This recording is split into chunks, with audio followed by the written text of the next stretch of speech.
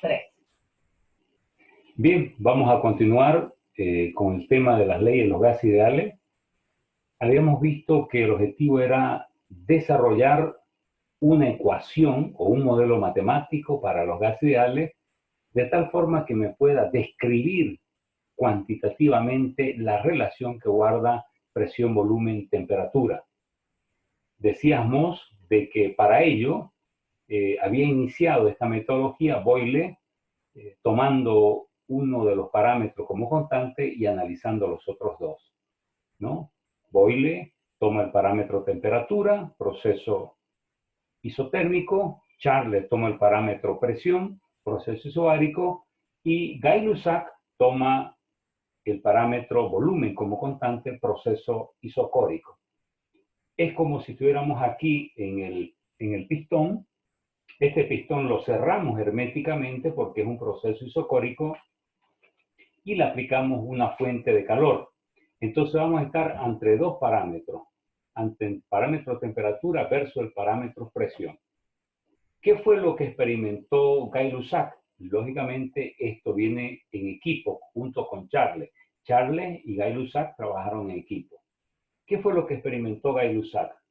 Al aplicar una fuente de calor y aumentar la temperatura, la presión aumentaba automáticamente. Y llegó a la conclusión de que la relación temperatura versus presión en un proceso isocórico es directamente proporcional. Y como ya tenía todo el avance desarrollado por Charles, que era un excelente matemático, aparte de ser un excelente físico, lógicamente hizo la analogía con la ecuación de la línea recta. Recordemos que la ecuación de la línea recta es y igual a b más mx, donde b es el corte con las ordenadas, el corte con el eje de las y. M es la pendiente es el tangente del ángulo que forman, en este caso, un infinitesimal de y un infinitesimal de x. Por lo tanto, la pendiente es la derivada de y respecto a x.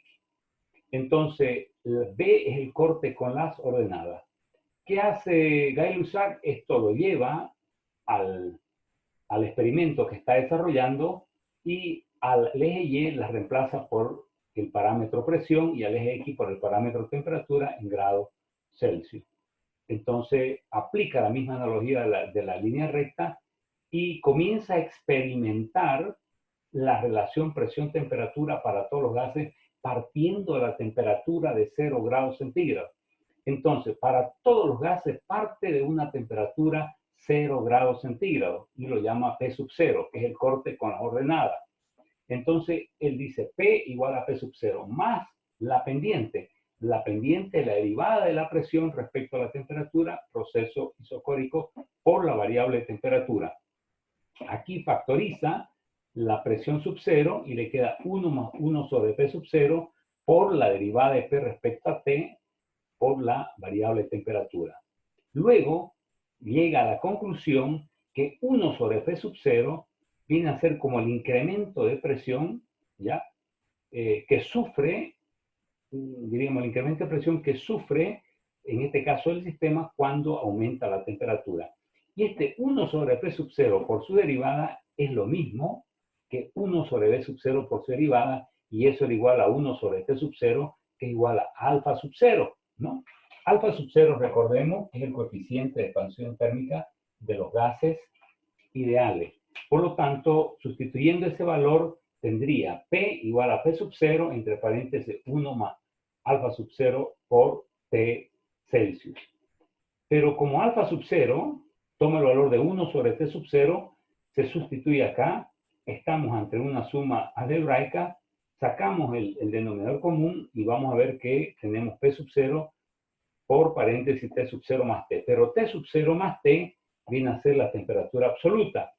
Entonces tendríamos P sub 0 igual, aquí tendríamos P igual a P sub 0 por T sobre T sub 0.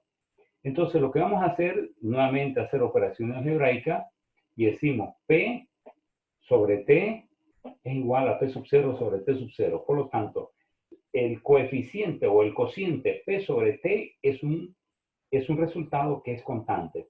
P sobre T igual a P sub 0 sobre T sub 0 igual a una constante. este es el resultado al cual llega Gay-Lussac. Pero hasta ahora tenemos la ley de Boyle, la ley de Charles y la ley de Gay-Lussac, que simplemente han hecho una relación de dos parámetros. Y el tercer parámetro ha quedado como constante. Siempre han estudiado la relación de dos parámetros. Y el objetivo es llegar a un modelo matemático que nos permita estudiar la relación de las tres variables al mismo tiempo, es decir, la relación presión, temperatura y volumen. Entonces, el objetivo es que nosotros tengamos un estado inicial P1, B1, T1 y lleguemos a un estado final P2, B2, T2. Se dice que no siempre la línea recta, ¿no?, es la distancia más corta entre dos puntos, ¿no? No siempre. Eso sucede en la física y en la química. En la matemática, no, ¿no? En la matemática sabemos que la distancia más corta entre dos puntos es la línea recta. Pero aquí vamos a hacer una desviación. De este estado inicial, P1, B1, T1, nos vamos a ir bajo un proceso isotérmico a un estado intermedio.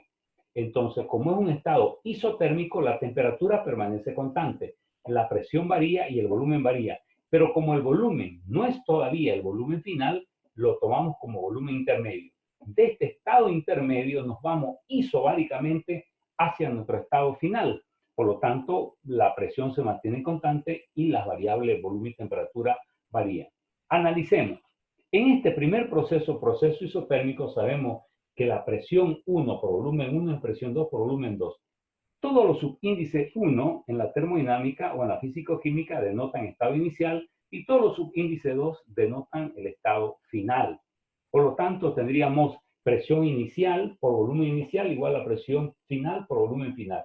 Pero apliquémoslo a este proceso isotérmico de acá.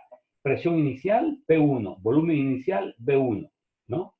Luego, estado final, presión final, P2, volumen final, BI, ¿no? De ahí despejamos BI y vamos a tener P1 sobre P2 por B1. Vámonos al siguiente proceso, que es el proceso isobárico, que iría desde el estado intermedio hasta el estado final. Según aquí aplicamos la ley de Charles, porque es un proceso isobárico. Por lo tanto, tenemos volumen inicial sobre temperatura inicial, igual a volumen final sobre temperatura final. El volumen inicial, en este caso, estamos partiendo de BI. Entonces tendríamos volumen inicial BI, temperatura inicial T1. Volumen final B2, temperatura final T2. De ahí despejamos BI.